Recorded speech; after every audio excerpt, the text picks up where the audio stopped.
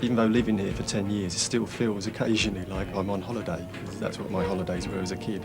In fact, I used to come to Sea Sauter and to Herne Bay, so there's still those memories.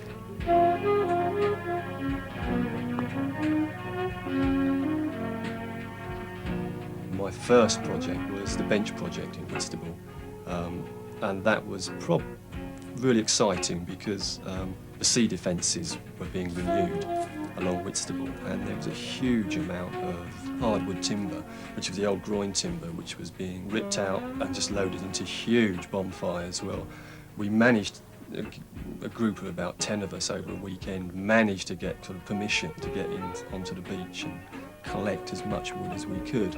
We researched sort of Whitstable history, and we came up with finally 4 benches. So my one is based on the life cycle of the place, which is one of the flatfish that's caught round here.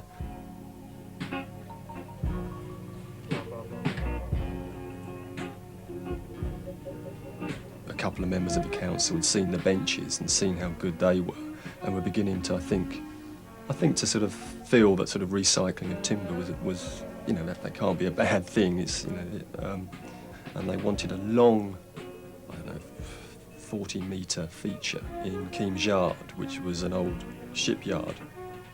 Eventually ended up with 3 panels, which were based on,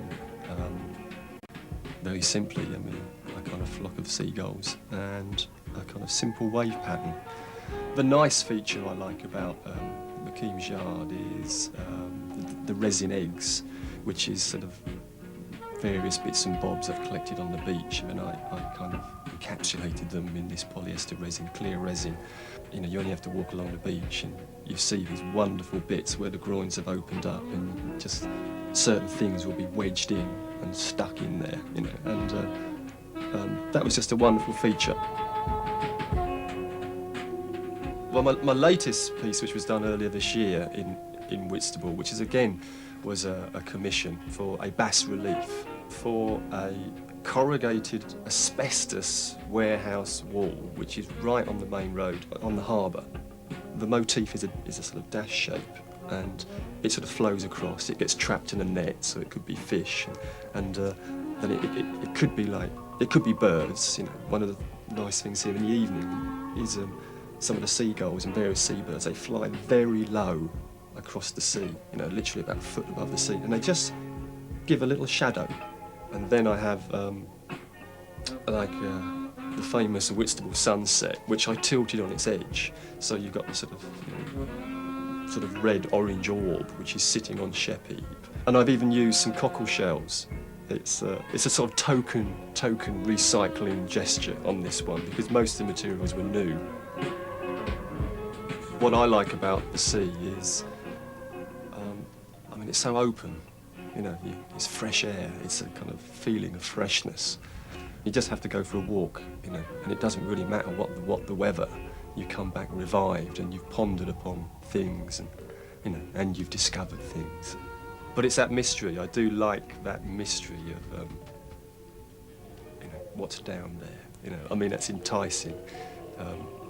It's like, yeah, I mean, I can't help but be reminded of being a child and, you know, looking into rock pools and what's down there. You know, I'm just finding it magical. The features that I make, I try and see them as like discovery areas. So I'm given an area to work within. So that's what I want. I want people to discover things in there. You know, I don't just want a piece of art which is just plonked there. The treasure chest in Herne Bay I wanted that to be like almost like a complete foreign object, kind of just washed up on shore.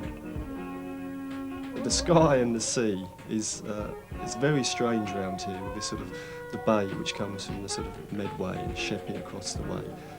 You often get the cloud pattern will follow the coastline. There's a kind of eerie symmetry you find.